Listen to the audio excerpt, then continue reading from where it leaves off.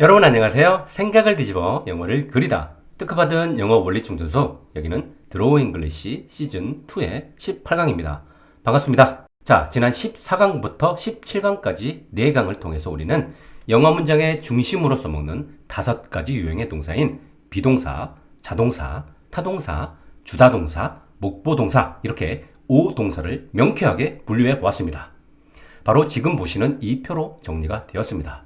자, 우리는 이러한 5동사를 가지고 전에 배웠던 시완진수의 순서에 따라서 34가지 유형의 동사 덩어리 중 하나를 뭉쳐 만들어내서 그 덩어리를 문장 중심에 딱 놓은 다음에 보시는 그림과 같이 5동사에 따라서 결합시켜주는 요소들을 적절하게 갖다 붙여가지고 완전한 하나의 문장을 만들어내면 되는 겁니다.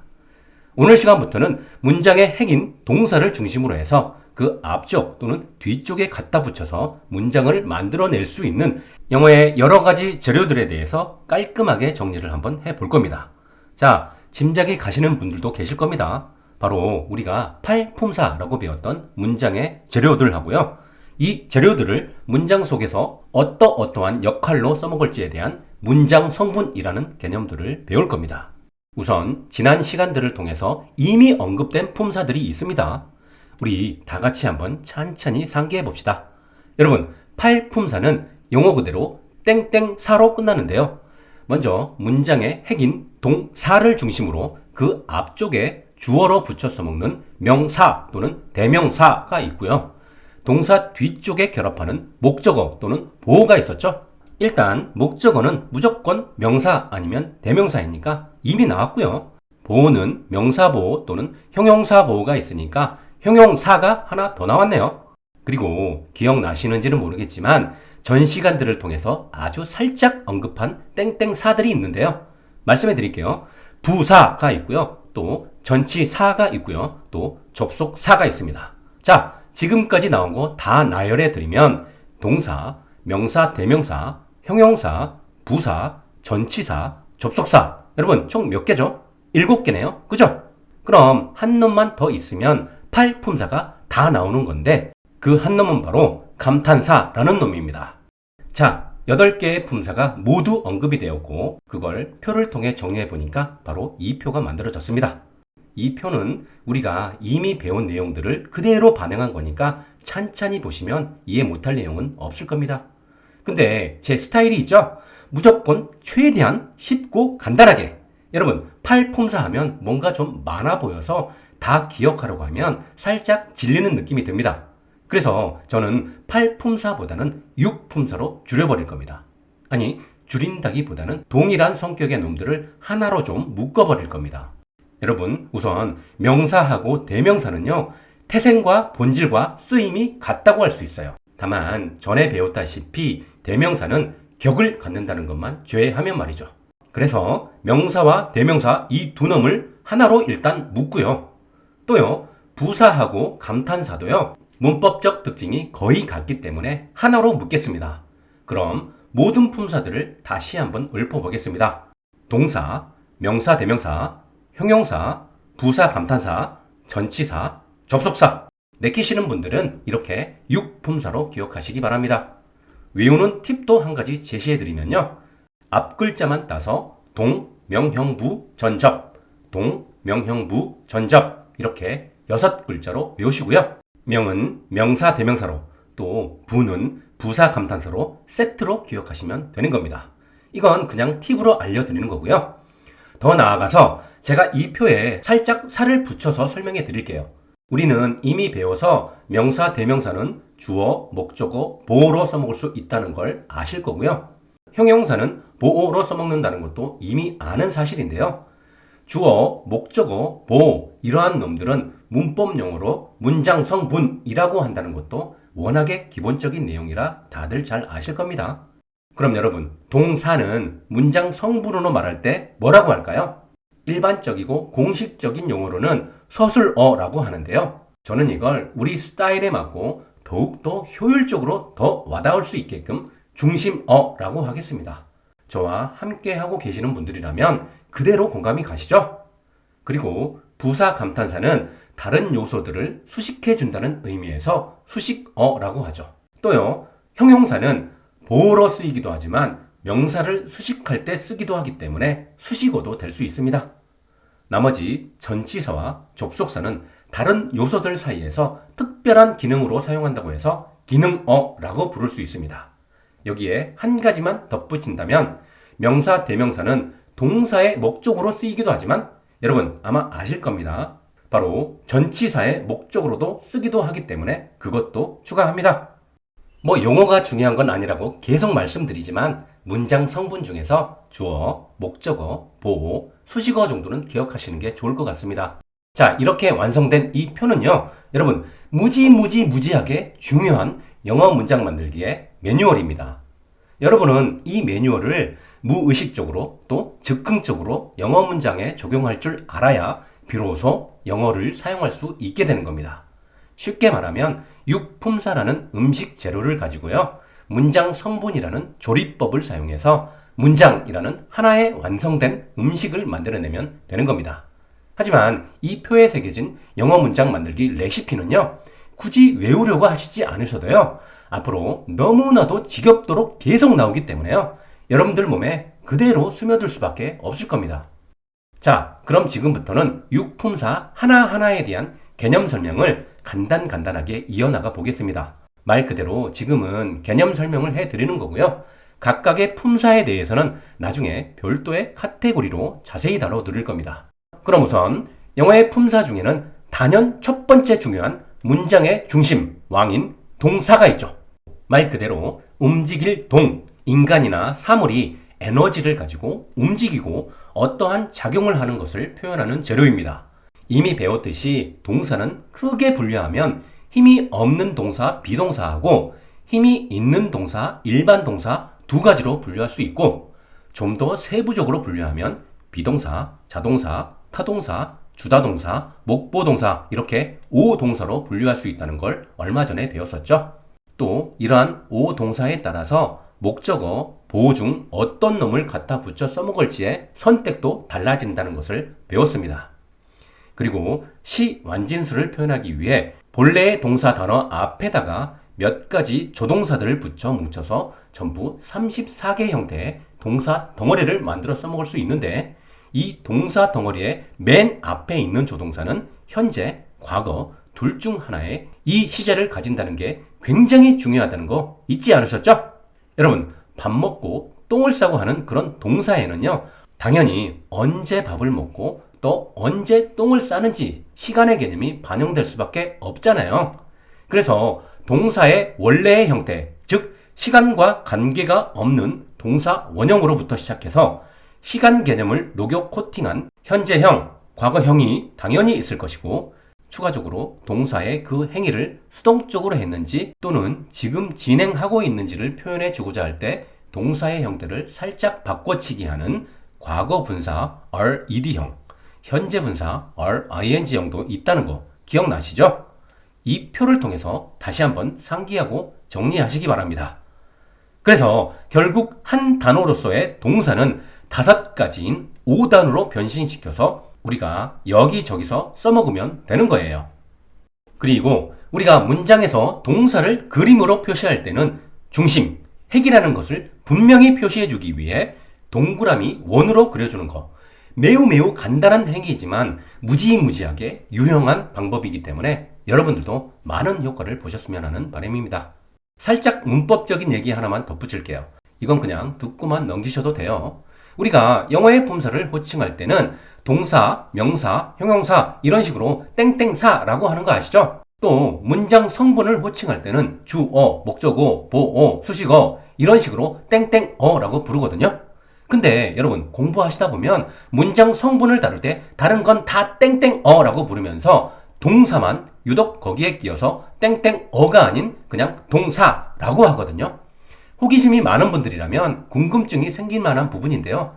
중요한 거는 아니니까 그냥 참고만 하세요. 사실 영어의 일관성을 가지려면 영어의 동사는 문장 성분으로 다룰 때 땡땡어를 붙여서 서술어라고 하는 게 맞습니다. 근데 영어에서는 구조적으로 서술어의 기능에 속하는 품사가 동사 이거 하나밖에 없어서 그런 겁니다. 물론 어학 전공자분들 중에는 서술어는 주어를 제외한 술부 전체가 서술어다라는 이론이나 또 다른 이론으로 따질 수도 있는데요. 우리 영어 사용자 입장에서는요, 그것이 무엇이 중요한디의 문제이니 사절합니다.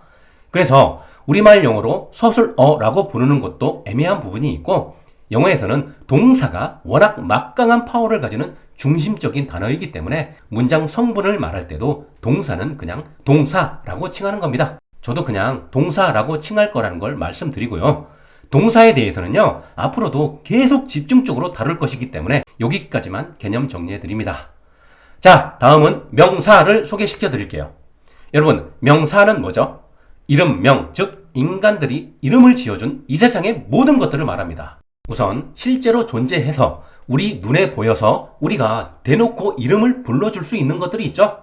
사람, 동물, 사물, 나라 이름, 도시 이름, 여러분 이름, 철수, 숫자, 말자, 해, 달, 물, 밥, 빵, 집, 차, 옷, 지문, 홍채, 관상. 우리 눈에 보이지는 않지만 공기, 가스, 전기, 전파, 진동, 분위기, 기, 또 냄새를 통해 그 존재감을 인지할 수 있는 음식 냄새, 방귀, 똥 냄새, 또 현미경으로만 보이는 아주 작은 정자, 난자, 세균, 백혈구, 적혈구, 유신론자라면 쉰, 귀신, 도깨비, 뭐 이런 모든 것들이 있잖아요. 그리고 실물로 존재하지는 않아서 추상적인 것들이긴 하지만 우리가 이름을 지어준 것들이 있죠. 사랑, 아름다움, 기쁨, 슬픔, 짜증남, 우울함, 똥마려움, 우정, 평화, 지식, 뉴스, 영어, 불어, 수학, 과학, 철학. 1월부터 12월까지 월, 화, 수, 목, 금, 토, 일 등의 요일, 뭐 이런 것들이요. 이런 것들이 바로 명사입니다. 또 어떠한 상황도 명사로 바꿔치기해서 써먹을 수가 있는데요. 예를 들어 동사 밥 먹다를 밥 먹기로 하면 명사가 되는 거고요. 그녀가 나를 사랑한다 라는 문장을 그녀가 나를 사랑하는 것으로 바꿨으면 이 많은 단어 덩어리 전체가 명사가 되는 겁니다. 이런 명사들에 대해서는 셀 수 있느니 없느니에 따라서 s를 붙여서 복수로 써먹을 수 있느니 없느니, 여러 개 중에서 한 개를 나타낼 때는 어라는 관사를 쓰지만이, 또 해, 달, 지구와 같이 오직 하나만 존재하는 것은 더를 쓰지만이, 뭐 이러한 용법들이 있는데 그런 것들에 대해서는 인터넷 뒤져보면 잘 정리된 내용들이 상당히 많으니까 참고하셔서 익숙해지셔야 하고요. 명사에 대해서 제가 드리고 싶은 말씀은, 이런 명사들은 문장의 중심인 동사의 행위를 직접 하는 주체가 될 수 있죠. 설령 행위가 아니더라도 동사가 의미하는 것의 주체가 될 수 있습니다.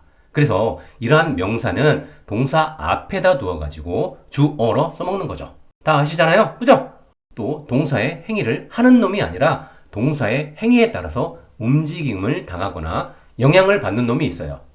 이런 놈은 동사 뒤에다가 결합시켜서 뭐뭇을에 해당하는 목적어로 써먹을 수도 있었죠.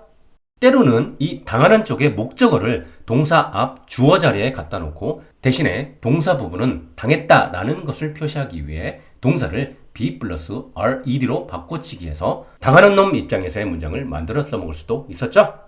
그리고 중심 동사가 비동사일 때는 뭐뭇이다 라는 것을 표현해 주기 위해서 비동사 다음에 명사를 써서 보호 역할로 써먹는 경우도 있었죠. 그래서 정리해보면 명사는 주어 자리, 목적어 자리, 보호 자리, 이렇게 세 가지의 자리에서 역할을 해낼 수가 있는 겁니다. 거기에 추가적으로 명사는 전치사 바로 뒤에 결합해서 그 덩어리로 어떠한 역할을 수행해내기도 하죠. 영어에서 가장 많은 역할을 수행해내는 멀티플레이어가 바로 이 명사라는 놈입니다. 명사를 표시하는 그림은요, 명사 명의 미음 모양을 본떠 명사에다가 이렇게 그려주면 되겠습니다. 물론 필요하다 싶을 때만 명시해서 그려주시면 돼요. 왜냐하면 명사는 대부분 이러한 목적어 표시, 보호 표시로 그려져서 명사인지가 자동으로 식별이 되는 경우가 대부분이기 때문에 따로 이러한 그림을 그릴 필요가 거의 없을 겁니다. 자, 다음은 대명사인데, 여러분 대명사는요 말 그대로 명사를 대신해주는 역할을 하는 놈이거든요. 그리고 그래머적 특징도 명사랑 거의 똑같고요. 말 그대로 대신 대자만 붙었을 뿐이지 그 본질은 명사입니다. 그래서 제가 이 대명사를 명사랑 함께 묶어서 분류하는 겁니다. 따라서 여러분들은요 품사를 읊어봐라 할 때 명사, 대명사와 같이 함께 묶어서 부르고 또 생각하시면 됩니다. 대명사는 그래머적 특징이 명사랑 똑같기 때문에 명사 할 때 확인하셨다시피 주어, 목적어, 보호, 전치사의 목적어 자리에서 똑같이 써먹을 수 있습니다. 여러분, 영화 사람들이 대명사는 대체 왜 만들어냈을까요?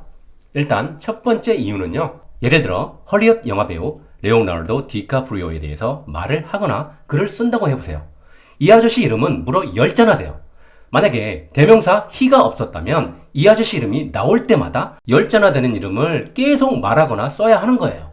얼마나 입이 아프고 손이 아프겠습니까? 그래서 영어 사람들이 he, 우리말로는 그라는 대명사를 만들어낸 거예요. he, 이 한 글자만 내뱉으면 끝나버리잖아요. 얼마나 간단해요? 여러분, 우리나라 사람들 이름은 대부분 석자죠? 그런데 영어 사람들 이름 보면 보통이 5자 이상으로 긴 이름들이 상당히 많거든요. 근데 살짝 이상한 건요. 영어 사람들은 대상에 따라서 대명사를 딱 한 가지씩밖에 만들지 않았어요. 예를 들어 남자는 he, 여자는 she, 너는 you 이런 식으로요. 근데 보세요. 우리말에서는요. 겁나 많아요. 그, 그놈, 그자, 그쪽, 그이, 그 작자, 그 사람, 그 인간, 그 화상, 그 새끼 등등등 이런 걸 보면 우리나라 사람들 참 대단합니다. 표현의 다양성이 어마어마해요. 반면에 영어 사람들이 얼마나 간단한 걸 좋아하는지 여기서도 증명이 되죠. 심지어는 개, 고양이, 말, 돼지 이런 동물들에게도 he, she를 또 써먹으니까 말 다 했죠 뭐. 우리식 사고방식으로는 어쩌면 용납이 안 되는 부분이기도 한 거죠.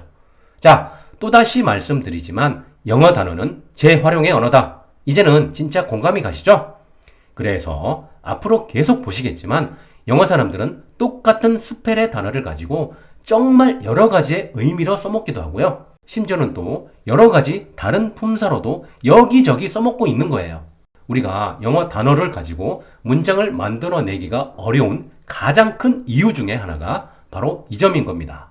우리말은 다른 의미 또는 다른 품사라면 반드시 그 형태를 어떻게 해서든 다르게 써줘야만 말이 통하는 언어이거든요. 정리하면 영어와 우리말은 단어 또는 품사라는 재료를 가지고 문장을 만들어내는 스타일이 완전히 다르다는 겁니다. 우리말에 이미 익숙해져 버린 우리나라 사람들이 영어 문장을 이해하는 첫 번째 시작은 바로 영어와 우리말과의 차이점을 아싸라게 받아들이고 바로 그 차이점의 함정에 빠지지 마시고 슬기롭게 그 차이점을 역으로 잘 이용해 먹는데 그 지름길이 있다고 저는 생각을 합니다. 자, 이번 시간 내용은 조금 딱딱합니다. 그래서 여담 한 가지 드리면 욕도 있잖아요. 욕. 영어 사람들은 욕마저도 간단합니다. 기껏 해봐야 몇 개 안 돼요. Fuck you, shit, son of a bitch, asshole, kiss my ass, go to hell, goddamn. 막 이러한 것들이 있는데 아마 이것 말고 추가적인 거는 많이 없을 겁니다. 심지어 뜻을 좀 보면요. 욕이 우리나라 욕에 비해서 그저 귀여운 수준입니다. 예로 asshole, 야이 똥구멍아. 여러분 누구한테 야이 똥구멍아 해보세요. 우리나라에서는요 엄청 귀여운 욕입니다. 이건 거의 유치원 수준이죠. 이것 듣고 기분 나쁘지도 않아요. 우리나라에서는요 싸울 때 이렇게 욕하면 100% 집니다. 아, 대한민국 사람이면 차지게 해줘야죠. 다른 욕들도 다들 그렇죠. 내 엉덩이에 뽀뽀해, 지옥에나 가라, 뭐 요 정도 수준이니까 영어 사람들 착하다고 해야 하나요? 그 중에서 가장 심하게 개인적으로는 son of a bitch 뭐 요 정도인데 우리말로 새끼 정도잖아요. 여러분 우리나라 욕에서는 개세면 본격적인 욕을 발산하기 전에 살짝 입 좀 풀려고 하는 추임새 정도일 뿐입니다. 공부하는 컨텐츠인 이 영상에 차마 나열할 수는 없으니까 참는데요. 사실 좋은 건 아니지만 우리나라 욕은 아마 세계 최고 수준으로 발달되어 있지 않나 싶네요. 쓸데없는 욕 얘기는 여기까지. 자, 다시 대명사로 돌아와서 여러분 대명사는 문장에서 특히 긴 글에서는 문장 중간중간에 상당히 많이 써먹겠죠? 그리고 주어 자리, 목적어 자리, 보호 자리, 전치사의 목적어 자리 등등에서 다양하게 써먹기 때문에 자칫하면 헷갈릴 염려가 많겠죠? 그래서 영어 사람들은요, 대명사의 위치, 즉 역할에 따라서 각기 다른 스펠링으로 변신시켜서 구별이 되게끔 안전장치를 마련하게 된 겁니다. 이거 한번 언급한 적 있죠? 이 변신시키는 것을 바로 격, 영어로는 케이스라고 했잖아요. 그죠? 나중에 배우겠지만 대명사의 변신은 주어 자리에서는 주격, 목적어 자리에서는 목적격, 또 나의, 그의 이런 뜻으로 써먹을 때는 소유격이라는 형태로 각각 바꿔치기해서 써먹습니다. 우리말에서 주어 자리에서는 그가, 또 목적어 자리에서는 그를, 또 소유를 의미할 때는 그의, 이렇게 뭐뭐가, 뭐뭐를, 뭐뭐의와 같은 토시를 붙여주는 문법적 장치가 바로 영어에서는 he, him, his와 같이 격이라는 형태를 살짝 변신시켜서 써먹는 방식인 거죠. 영어가 아무리 순서에 따라서 의미를 묵시적으로 부여하는 방식이라지만 대명사는 워낙에 많이 써먹기 때문에 격이라는 더욱 확실한 안정장치를 영어 사람들이 마련했다고 생각하시면 되겠습니다. 격에 대해서는 나중에 자세히 다루도록 하고요. 대신에 대명사의 격을 정리해둔 이 표만 살짝 보고 넘어가 주시기 바랍니다. 여러분, 대명사는 또 어떤 경우에 써먹을까요? 어떤 것이 있는데 이름이 없거나 모를 때도 써먹을 수 있겠죠? 이것, this, 저것, that, 것이기, 뭐시기, 뭐 이런 식으로요. 또 말해야 할 대상이 수백 개다 했을 때 그 수백 개를 다 말할 수는 없잖아요. 그래서 모든 것, everything, 모든 사람, everybody 이런 경우에도 쓰이겠죠? 대명사는 나중에 독립적인 파트로 다뤄드릴 겁니다. 그때 다시 보시고요. 미리 한 가지 예고해드리면 대명사 중에는 관계 대명사하고 의문 대명사라는 놈들도 있다는 거 그냥 살짝 듣고 넘어가시기 바랍니다. 자, 이번 시간은 영어 문장의 재료로 써먹는 육품사 중에서 동사와 명사 대명사를 간략히 설명해 드렸습니다. 다음 시간에는 뭐 할까요? 동, 명형부, 전접 이렇게 육품사이니까 형의 형용사부터 계속 이어나가십시다. 여러분, 오늘도 들어주시느라 수고 많으셨습니다. 구독, 좋아요, 알림 설정 아시죠? 여러분, 대단히 감사합니다.